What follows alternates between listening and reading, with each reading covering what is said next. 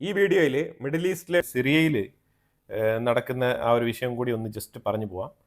അതായത് ഇസ്രായേലിൻ്റെ ഉള്ളിൽ നിന്നും ഡ്രൂസ് കമ്മ്യൂണിറ്റിയെ രക്ഷപ്പെടുത്തണമെന്ന് പറഞ്ഞിട്ട് ഇസ്രായേലിൻ്റെ ഉള്ളിലുള്ള കുറേ ഡ്രൂസ് കമ്മ്യൂണിറ്റിയിൽപ്പെട്ട ആൾക്കാർ ഗേറ്റ് പൊളിച്ചുകൊണ്ട് സിറിയയ്ക്കുള്ളിൽ ഓടിയെത്തിയായിരുന്നല്ലോ. അതിൽ കുറേ ആൾക്കാരെയൊക്കെ തിരിച്ചു വരാൻ വേണ്ടിയിട്ട് ഇസ്രായേൽ പറഞ്ഞിട്ടുണ്ടായിരുന്നു. അപ്പോൾ അതിൽ കുറേ ആൾക്കാരൊക്കെ തിരിച്ചു വന്നു. പക്ഷേ കുറച്ച് പേരെയൊക്കെ ഈ HTSൽപ്പെട്ട ആൾക്കാർ പിടിച്ചുകൊണ്ട് പോയിട്ടുണ്ട് എന്നുള്ള വാർത്തയും കൂടി വരുന്നുണ്ട്.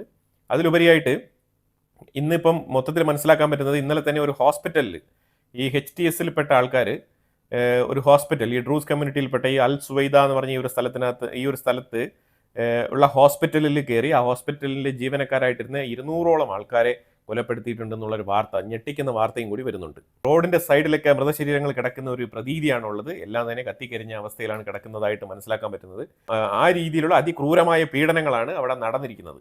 അപ്പോൾ എന്തായാലും ഇസ്രായേൽ മാത്രം ഇറങ്ങിയില്ല എന്നുണ്ടെങ്കിൽ ഡ്രൂസ് കമ്മ്യൂണിറ്റി മൊത്തത്തിൽ തന്നെ തുടച്ചു നീക്കപ്പെട്ടേനെ.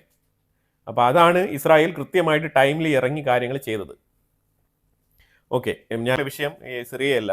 സിറിയയെക്കുറിച്ച് നമ്മൾ ഓൾറെഡി തന്നെ തുടരെ അപ്ഡേറ്റ്സുകൾ തന്നുകൊണ്ട് തന്നെയാണ് ഇരിക്കുന്നത്. റഷ്യ യുക്രൈനുമായിട്ട് ബന്ധപ്പെട്ട വിഷയങ്ങൾ, അതായത് ട്രംപിന്റെ കുറച്ച് വാഗ്ദാനങ്ങൾ, വാഗ്ദാനങ്ങൾ എന്ന് പറഞ്ഞാൽ പൊള്ളയായ വാഗ്ദാനങ്ങളായിട്ട് മാറുന്ന ഒരു അവസ്ഥയാണ് നമുക്കിപ്പോൾ കാണാൻ കഴിയുന്നത്. അതായത് 18ഓളം പാട്രിയോട്ടിക് മിസൈൽ സിസ്റ്റം ഞങ്ങൾ കൊടുക്കാം, അതുപോലെ തന്നെ ജാവലിൻ കൊടുക്കാം, അതുപോലെ തന്നെ ലോങ് റേഞ്ച് മിസൈലായിട്ടുള്ള 450 കിലോമീറ്റർ റേഞ്ചുള്ള മിസൈൽ കൊടുക്കാം എന്നൊക്കെ പറഞ്ഞിട്ടുണ്ടായിരുന്നു ട്രംപ്. പക്ഷേ ഇതുവരെ ഒരു പാട്രിയോട്ടിക് മിസൈൽ പോലും ഉക്രൈനിന് എത്തിയിട്ടില്ല.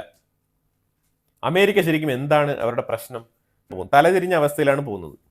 അപ്പോൾ ഇതിനകത്ത് ഇപ്പം 17 പാട്രിയോട്ടിക് മിസൈൽ കൊടുക്കാം എന്നാണ് അമേരിക്ക പറഞ്ഞിരുന്നത്. 18 പറഞ്ഞു, പിന്നെ 17 ആയി. അപ്പോൾ അതിൽ ഇന്നലെ ബഹ്റൈനുമായിട്ട് സംസാരിച്ചിട്ടുണ്ടായിരുന്നു. ഇന്നലെ ബഹ്റൈൻ്റെ റെപ്രസെൻറ്റേറ്റീവ് വൈറ്റ് ഹൗസ് വിസിറ്റ് ചെയ്തിട്ടുണ്ടായിരുന്നു. അവിടെ ഓവൽ ഓഫീസിൽ നടന്ന മീറ്റിംഗിൽ ട്രംപ് ചോദിക്കുകയാണ്, അതായത് ഒരു പാട്രിയോട്ടിക് സിസ്റ്റം നിങ്ങൾക്ക് ആവശ്യമുണ്ടോ, അതിലൊരെണ്ണം ഉക്രൈനിന് കൊടുത്തൂടെ എന്നുള്ള ഇതിലേക്ക് ചോദിക്കുകയാണ്. പാട്രിയോട്ടിക് സിസ്റ്റം അമേരിക്കയുടെ ഉള്ളിൽ ഇനഫ് ക്വാണ്ടിറ്റി ഉണ്ടെങ്കിൽ പിന്നെ ബഹ്റൈൻ്റെ അടുത്ത് ചോദിക്കേണ്ട ആവശ്യമുണ്ടോ? ബഹ്റൈൻ പറഞ്ഞത് ഇല്ലല്ല, അത് ഞങ്ങൾക്ക് വേണം, ഞങ്ങൾക്ക് വളരെ അത്യാവശ്യമാണ് അതെന്നാണ് പറഞ്ഞത്. ഈ ഒരു സിറ്റുവേഷനിൽ ഈ മിഡിൽ ഈസ്റ്റിൽ ഇങ്ങനെ ടെൻസ്ഡ് ആയിട്ടുള്ള ഒരു സാഹചര്യത്തിൽ ഞങ്ങൾക്ക് പാട്രിയോട്ടിക് മിസൈലിൻ്റെ ആവശ്യമുണ്ട് എന്നാണ് ബഹ്റൈൻ പറഞ്ഞത്. അപ്പോൾ അവിടെയും ഓപ്ഷൻ ഇല്ല. റഷ്യയുടെ സൈഡിൽ നിന്നാണെങ്കിൽ കനത്ത ആക്രമണമാണ് ഉക്രൈൻ്റെ ഉള്ളിൽ നടക്കുന്നത്.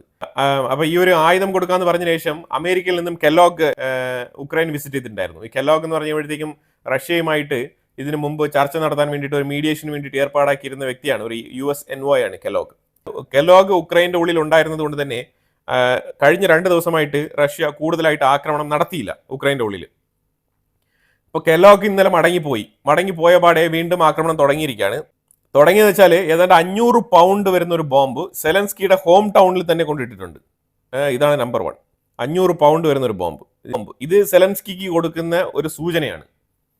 സെലൻസ്കി കെയർഫുൾ ആയിട്ടിരിക്കണം എന്ന് പറയുന്നതിൻ്റെ ഒരു സൂചന കൂടിയാണിത്. അത് കഴിഞ്ഞാൽ പിന്നെ താഴെ ഒഡീഷ എന്ന് പറഞ്ഞ ആ ഒരു സ്ഥലത്തേക്ക് ടാർഗറ്റ് ചെയ്ത് അറ്റാക്ക് നടത്തിയിട്ടുണ്ട്. അതുപോലെ വിൻസിയ എന്ന് പറഞ്ഞ ഒരു പ്രൊവിൻസ് ഉണ്ട്. ഈ വിൻസിയ എന്ന് പറഞ്ഞ സ്ഥലം ഞാൻ കാണിക്കുന്ന മാപ്പിൽ കാണിക്കുന്ന ആ പൊസിഷനാണ് ഈ വിൻസിയ എന്ന് പറഞ്ഞത്. പോളണ്ടിന്റെ ഒരു വെപ്പൺ മാനുഫാക്ചറിങ് യൂണിറ്റ്, ഒരു വലിയ ഫാക്ടറി അവിടെ പ്രവർത്തിക്കുന്നുണ്ട്. ആ ഫാക്ടറിയെ അറ്റാക്ക് ചെയ്ത് നശിപ്പിച്ച് കളഞ്ഞിരിക്കുകയാണ്. അത് കത്തി നശിച്ച് അങ്ങ് പോയിട്ടുണ്ട് ഫുൾ ആൻഡ് ഫുൾ. അതുപോലെ തന്നെ താഴെ നമ്മൾ മോൾഡോവയുടെ സൈഡിൽ നോക്കി കഴിഞ്ഞാൽ ഇസ്മായിൽ എന്ന് പറഞ്ഞൊരു സ്ഥലമുണ്ട്. ആ ഇസ്മായിൽ എന്ന് പറഞ്ഞ ആ സ്ഥലത്തും ആക്രമണം നടത്തിയിട്ടുണ്ട് റഷ്യ. അതുപോലെ ഒഡീഷയ്ക്ക് തൊട്ട് മുകളിൽ പ്രൊവിഡോൺ എന്ന് പറഞ്ഞൊരു സ്ഥലമുണ്ട്. ആ പ്രൊവിഡോൺ എന്ന് പറഞ്ഞ സ്ഥലത്തും അറ്റാക്ക് നടത്തിയിട്ടുണ്ട്. അപ്പോൾ ഇങ്ങനെ വിവിധ സ്ഥലത്തിൽ ടാർഗറ്റ് ചെയ്ത് റഷ്യ ഉക്രൈൻ ഒട്ടാകെ ആക്രമണം നടത്തുന്ന സ്ഥിതിയാണ് ഇപ്പം നിലവിൽ നമുക്ക് കാണാൻ കഴിയുന്നത്. ഉക്രൈൻ 2 സെക്ഷനായിട്ട് റിറ്റാലിയേഷൻ ചെയ്തിട്ടുണ്ടായിരുന്നു. കംപ്ലീറ്റ് ഡ്രോൺ റിറ്റാലിയേഷൻ ആണ്. ഡ്രോൺ റിറ്റാലിയേഷനിൽ ഒരു സൈഡിൽ ഈ ക്രീമിയയുടെ ഭാഗത്തേക്ക് താഴോട്ട് കുറേ ഡ്രോണുകൾ ഈ ഒരു ബ്ലാക്ക് സീയുടെ ഭാഗത്തേക്ക് അവർ വിട്ട് ക്രീമിയയെ ടാർഗറ്റ് ചെയ്തിട്ടുണ്ടായിരുന്നു. അതുപോലെ ക്രീമിയയ്ക്ക് ഉള്ളിൽ ഒരു ലേഡിയെ അറസ്റ്റ് ചെയ്തിട്ടുണ്ട്. ആ ലേഡി എന്താ വെച്ചാൽ ക്രീമിയയ്ക്ക് ഉള്ളിൽ ഒരു സ്ഥലത്ത് ബോംബ് സെറ്റ് ചെയ്യാൻ വേണ്ടിയിട്ട് പോയതാണ്. അതായത് ഉക്രൈൻ്റെ ചാരപ്രവർത്തനത്തിന് വേണ്ടിയിട്ട് പൈസ മേടിച്ച് ബോംബ് സെറ്റ് ചെയ്യാൻ പോയ സമയത്താണ് ഇവരെ പിടികൂടിയത്. ആ ഒരു ലേഡിയെ പിടികൂടിയിട്ടുണ്ട്. അത് ക്രീമിയയുടെ ഉള്ളിലാണ്. അതുപോലെ ക്രീമിയയിലെ ആ ഒരു ബ്രിഡ്ജ്, ക്രേക്ക് ബ്രിഡ്ജ് എന്ന് പറഞ്ഞ ആ ഒരു ബ്രിഡ്ജ് നിരന്തരം ഉക്രൈൻ ടാർഗറ്റ് ചെയ്ത് അറ്റാക്ക് ചെയ്തുകൊണ്ടിരിക്കുകയാണ്. അതായത് ക്രീമിയയെ സെപ്പറേറ്റ് ചെയ്തിട്ട് അവിടെ ഉക്രൈൻ പൂർണ്ണ ആധിപത്യം നേടിക്കഴിഞ്ഞാൽ ക്രീമിയയെ വെച്ചുകൊണ്ട് ഈ ബാക്കിയുള്ള 4 പ്രൊവിൻസുകളും റഷ്യയുമായിട്ട് ബാർഗെയിൻ ചെയ്തെടുക്കാൻ പറ്റുമോ എന്നുള്ള രീതിയിലൊക്കെ ചിന്തിക്കുന്നുണ്ട്. പക്ഷേ ഒരു രീതിയിലും സെലൻസ്കിയുടെ പദ്ധതികൾ വിജയം കാണാതെ പോകുന്ന ഒരു സാഹചര്യമാണ് നമുക്ക് ഉടനീളം കാണാൻ കഴിയുന്നത്. അതുപോലെ തന്നെ ഉക്രൈൻ്റെ ഭാഗത്ത് നിന്ന് ഇന്നലെ ഡ്രോൺ മോസ്കോ, അതുപോലെ സെന്റ് പീറ്റേഴ്സ്ബർഗ്, ഈ സ്ഥലങ്ങളിലൊക്കെ ഉക്രൈൻ്റെ ഡ്രോൺ അവിടെ എത്തിയിട്ടുണ്ട് എന്നുള്ളതാണ് മനസ്സിലാക്കാൻ പറ്റുന്നത്. പല സ്ഥലത്തും ആക്രമണങ്ങൾ നടന്നതായിട്ടും വാർത്തകൾ പുറത്തു വരുന്നുണ്ട്. പക്ഷേ ഉക്രൈനും റിട്ടാലിയേറ്റ് ചെയ്യുന്നുണ്ട്. പക്ഷേ ഡ്രോൺ അറ്റാക്ക് ആണ്. റഷ്യ ചെയ്യുന്ന എത്രത്തോളം ചെയ്യാൻ പറ്റുന്നില്ലെങ്കിലും ഉക്രൈൻ ഒരു പരിധിവരെ ഡ്രോൺ വെച്ചുള്ള ആക്രമണങ്ങൾ റഷ്യക്കുള്ളിൽ നടത്തിക്കൊണ്ട് തന്നെയാണ് ഇരിക്കുന്നത്. പിന്നെ ഇപ്പൊ ട്രംപ് ഉക്രൈൻ ആയുധങ്ങൾ കൊടുത്ത് സഹായിക്കാം എന്ന് പറഞ്ഞിട്ട് ഇതിന് യൂറോപ്പ് പേ ചെയ്യും, അതായത് ജർമ്മനി, നോർവേ ഇവരൊക്കെ പേ ചെയ്യും എന്ന് പറഞ്ഞ സ്ഥിതിക്ക് ഇത് കൊണ്ട് യൂറോപ്യൻ യൂണിയനിൽ കൊണ്ട് അവതരിപ്പിച്ചപ്പോഴത്തേക്കും ഖാജ കല്ലാസ് പറയുന്നത് ഉക്രൈന് തീർച്ചയായിട്ടും അമേരിക്കയുടെ സപ്പോർട്ട് വേണം, പക്ഷേ ഫണ്ട് അതാണ് ഏറ്റവും വലിയ പ്രശ്നം. ഇപ്പോൾ ഇതിനകത്ത് ഏറ്റവും കൂടുതൽ ഇപ്പം നമ്മൾ നോക്കിക്കഴിഞ്ഞാൽ ചെക്ക് റിപ്പബ്ലിക് ഓൾറെഡി തന്നെ അവർ പിൻവലിഞ്ഞു കഴിഞ്ഞു. അവർ പറയുന്നത് ഞങ്ങളുടെ അടുത്ത് പൈസ ഇല്ല, അതുകൊണ്ട് ഞങ്ങളിപ്പോൾ ഉക്രൈൻ ആയുധം മേടിക്കാൻ വേണ്ടിയിട്ട് ഫണ്ട് മുടക്കാൻ പറ്റില്ല എന്നാണ് ചെക്കിന്റെ തീരുമാനം. അപ്പോൾ ചെക്ക് റിപ്പബ്ലിക് ആ രീതിയിൽ മാറിപ്പോയി. ഇനിയിപ്പോൾ അടുത്ത് ഫ്രാൻസ് ആണെങ്കിൽ ഫ്രാൻസിന്റെ ഉള്ളിൽ നല്ല രീതിയിലുള്ള അന്തരീക്ഷമല്ല. മാക്രോണെതിരെ തന്നെ അവിടെ ജനവികാരമുണ്ട്. മാക്രോൺ കുറേ റെഫോർമേഷൻ അവിടെ കൊണ്ടുവരാൻ ശ്രമിക്കുന്നുണ്ട്. ആ റെഫോർമേഷൻ എന്ന് പറഞ്ഞാൽ ജനങ്ങളെ ഉപദ്രവിക്കുന്ന റെഫോർമേഷനാണ് കൊണ്ടുവരാൻ ശ്രമിക്കുന്നത്. അതായത് പെൻഷൻ വെട്ടിക്കുറയ്ക്കുക, ഗവൺമെന്റ് ജോലിക്കുള്ള അവസരങ്ങൾ വെട്ടിക്കുറയ്ക്കുക, അതുപോലെ തന്നെ ഹെൽത്ത് ഡിപ്പാർട്ട്മെന്റിൽ ചില റിഡക്ഷൻസ് കൊണ്ടുവരിക. പിന്നെ ഡിഫൻസിന്റെ ബഡ്ജറ്റ് 7 ബില്യനൊക്കെ ഉണ്ടായിരുന്ന ബഡ്ജറ്റാണ്, അതിപ്പം ഏതാണ്ട് 64 കൂട്ടും എന്നൊക്കെ പറയുന്നുണ്ട്. 43 മുതൽ 64 ബില്യനായിട്ടൊക്കെ ഉയർത്താനുള്ള പദ്ധതിയൊക്കെ മാക്രോൺ ഉന്നയിക്കുന്നുണ്ട്. അതായത് ഏറ്റവും കൂടുതൽ ഡിഫൻസിലേക്ക് ഫോക്കസ് ചെയ്തുകൊണ്ട്, അതായത് ജനങ്ങൾക്ക് കിട്ടുന്ന ആനുകൂല്യങ്ങൾ വെട്ടിക്കുറയ്ക്കുന്നതാണ് ഇപ്പം ഇതിനകത്ത് ഏറ്റവും വലിയ പ്രശ്നമായിട്ട് തീരുന്നത്. മാക്രോണിനെതിരെ ജനവികാരം ഇങ്ങനെ ആളിക്കത്തി ഒരു പ്രക്ഷോഭം ഫ്രാൻസിന്റെ ഉള്ളിൽ രൂപപ്പെട്ടു വരാനുള്ള സാധ്യത വളരെ കൂടുതലാണ്. ആ രീതിയിലാണ് ഫ്രാൻസിന്റെ ഉള്ളിൽ കാര്യങ്ങൾ മുന്നോട്ട് പോകുന്നത്. അപ്പൊ അതുകൊണ്ട് ഫ്രാൻസും പറഞ്ഞിരിക്കുകയാണ് ഉക്രൈന് വേണ്ടിയിട്ട് ആയുധം മേടിക്കാൻ ഫ്രാൻസിന്റെ അടുത്ത് ഫണ്ട് ഇല്ല എന്നാണ് ഫ്രാൻസ് തുറന്നു പറഞ്ഞിരിക്കുന്നത്. ഫ്രാൻസ് ഒക്കെ വളരെയധികം സെലൻസ്കിയെ സപ്പോർട്ട് ചെയ്ത് ഈ ഒരു യുദ്ധം മുന്നോട്ട് നയിക്കാൻ ഊർജം പകർന്നിരുന്ന വ്യക്തിയാണ്. അതൊക്കെ നമ്മൾ ഓർത്തെടുക്കണം.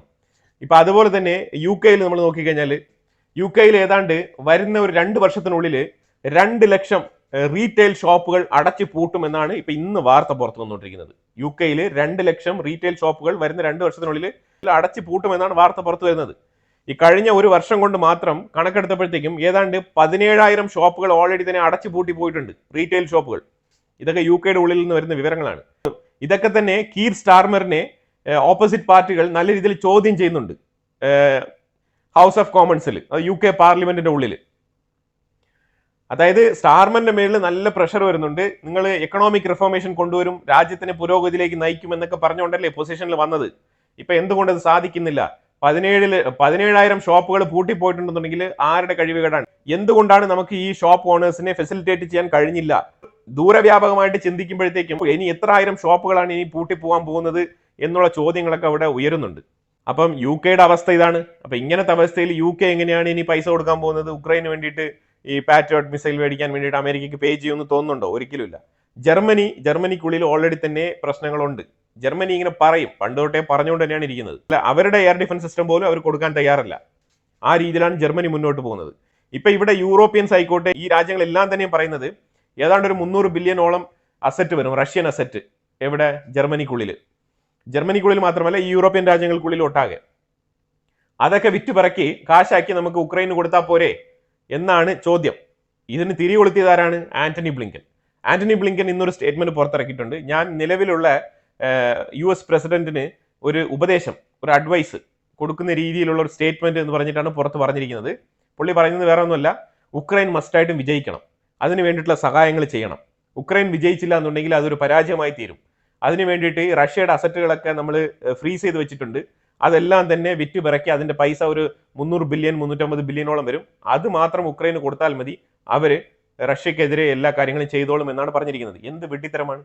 ഈ 350 ബില്യൺ കൊടുത്തു കഴിഞ്ഞാൽ റഷ്യക്കെതിരെ പൂർണ്ണമായിട്ട് യുദ്ധം വിജയിക്കാൻ ആ 350 ബില്യൺ മതിയാകുമോ എന്ന് ചോദിച്ചു കഴിഞ്ഞാൽ എൻ്റെ അഭിപ്രായത്തിൽ ഇല്ല. പക്ഷേ ഇത് ആന്റണി ബ്ലിങ്കൻ ശരിക്കും ഈ യൂറോപ്യൻ യൂണിയന്റെയും ഉക്രൈന്റെയും റിക്വസ്റ്റ്, അതായത് ഹിഡൻ റിക്വസ്റ്റ് പോയിട്ടുണ്ട് ആന്റണി ബ്ലിങ്കന്. അപ്പൊ ആന്റണി ബ്ലിങ്കൻ ഇൻഡയറക്ട്ലി ട്രംപിനെ ട്യൂൺ ചെയ്യാണ്. അതായത് ഉക്രൈന് വേണ്ടി നിലനിൽക്കണം, ഉക്രൈന് വേണ്ടിയിട്ട് റഷ്യ എതിർത്ത് നിൽക്കണം എന്നുള്ള രീതിയിൽ വളരെ ബോൾഡായിട്ട് നിൽക്കാൻ വേണ്ടിയിട്ട് ഒരു സാഹചര്യം ഒരുക്കുകയാണ്. അതായത് നമ്മൾ ഇങ്ങനെ വേണം ചിന്തിക്കാൻ എന്നുള്ളൊരു കീ പോയിന്റ് ഇട്ട് കൊടുക്കുകയാണ് ട്രംപിന്റെ ചെവിയിൽ.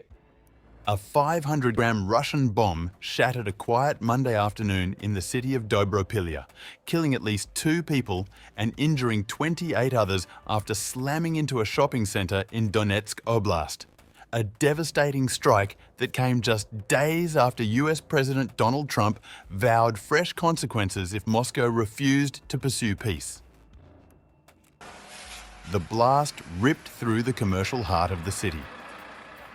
Vadim Filashkin, head of the Donetsk Regional Military Administration, said the aerial bomb directly struck the shopping complex, damaging 54 retail stores, 304 apartments and 8 vehicles. Emergency crews rushed to contain the fire that erupted following the impact. President Volodymyr Zelensky condemned the attack as horrendous, dumb Russian terror. അടുത്ത video ആയിട്ട് വരാം. Thank you so much.